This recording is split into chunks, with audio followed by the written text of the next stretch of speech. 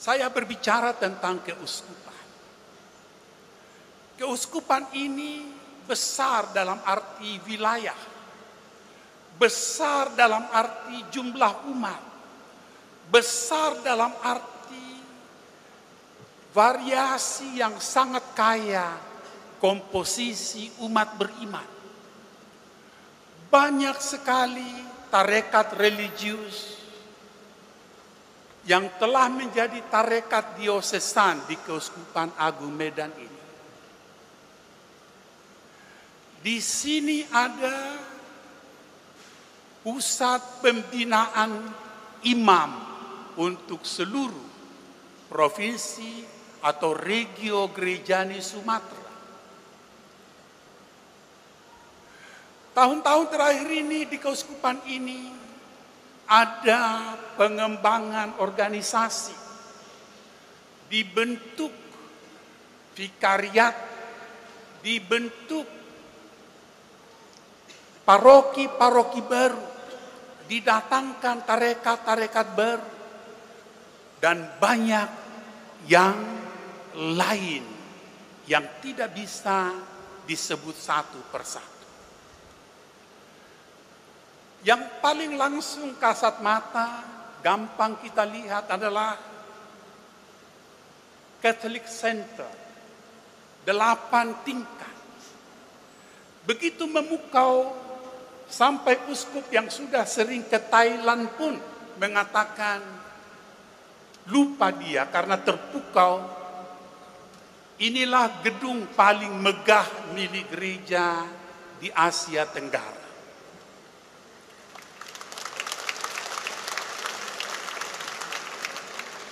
Padahal tidak benar.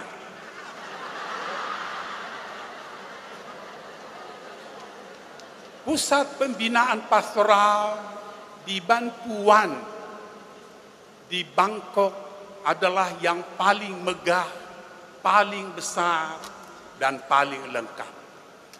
Tetapi Medan memang memukau sampai uskup yang sekali lagi cukup sering ke Bangkok itu lupa yang besar itu. Dan Medanlah yang paling hebat di Asia Tenggara. Umat Tuhan yang terkasih,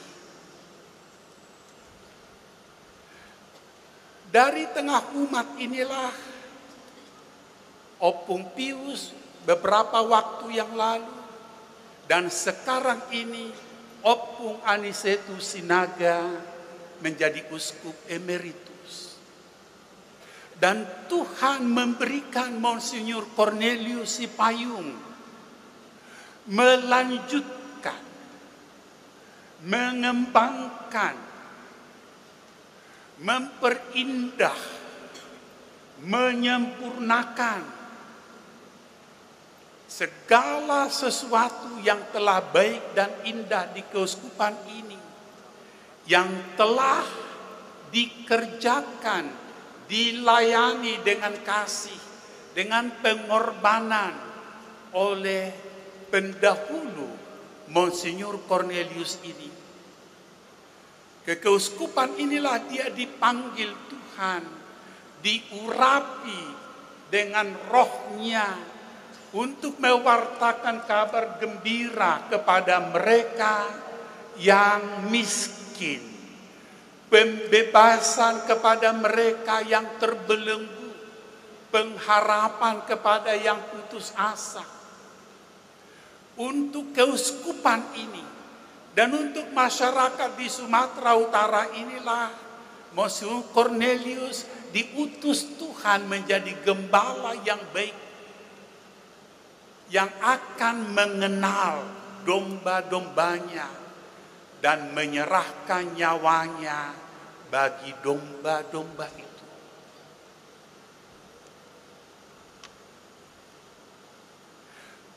Tetapi bolehkah kita merenungkan sedikit lebih mendalam ide pokok ini?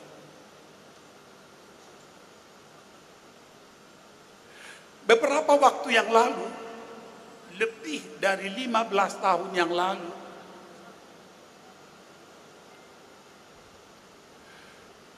Uskup Agung Medan waktu itu, Opung Pius menerima sepucuk surat dari seorang imam dari Palembang.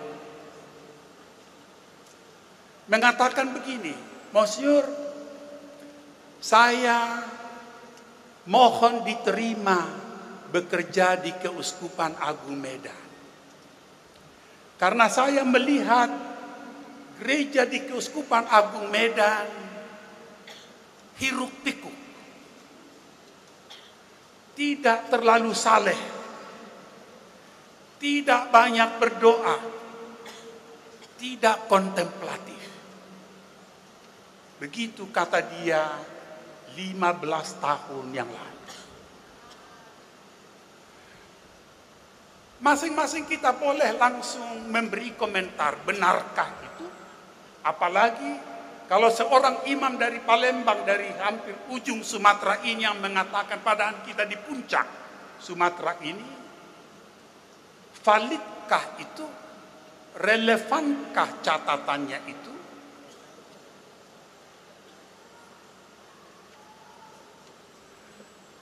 Saya punya jawab sendiri, tetapi tidak akan saya katakan.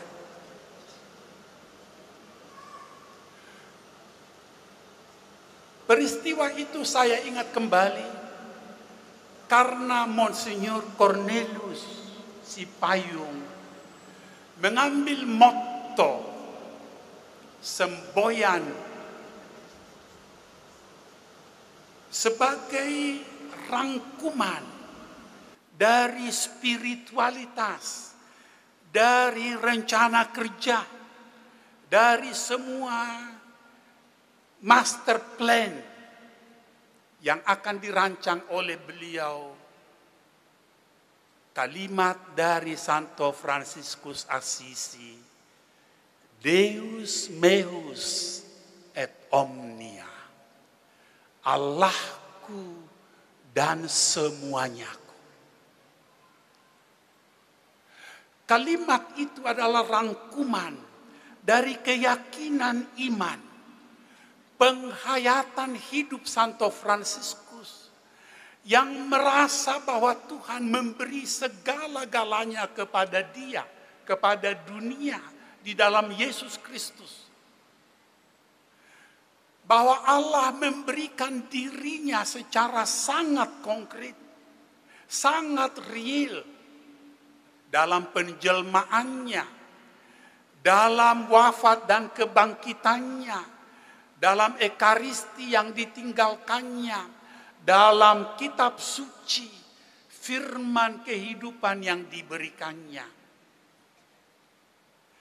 Dan jawaban yang paling pas untuk pemberian diri Allah itu, saudara-saudari terkasih, adalah keyakinan dan kesadaran yang tulus, yang murni, yang datang dari pengalaman eksperiensial. Allahku dan semuanyaku. Allah dalam segala-galanya. Nil nisi Kristus. Tidak ada selain Kristus seperti dirumuskan oleh Rasul Paulus.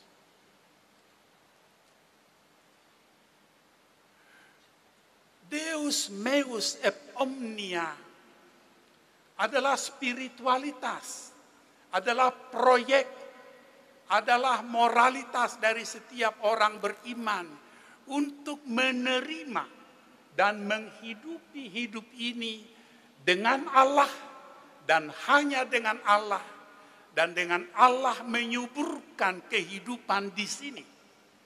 Bukan dengan apa yang sudah ada di sini.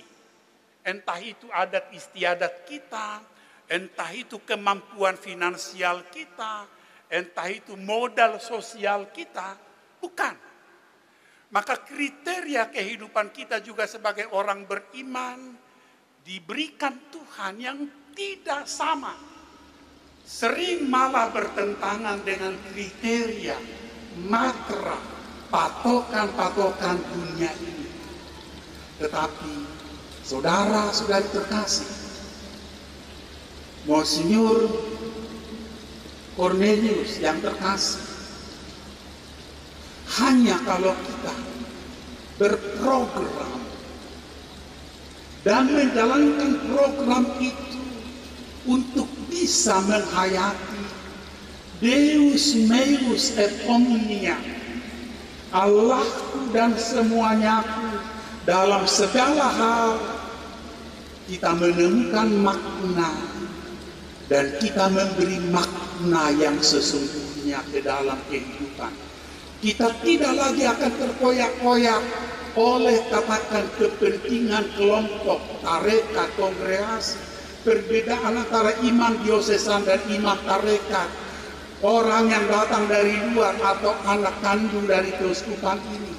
Setiap orang mendapat tempat karena sama luhur dan indahnya martabatnya masing-masing.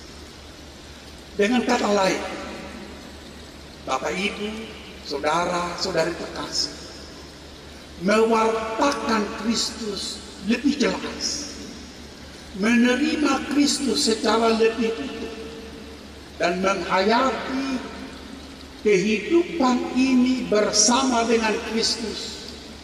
Itulah sumbangan gereja, dan itulah sebenarnya hakikat gereja dan jati diri dari setiap orang dari kita yang menyatakan diri orang Kristen.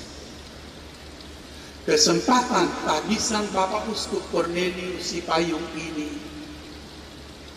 kiranya membawa kembali ke dalam hati kita hakikat jati diri itu.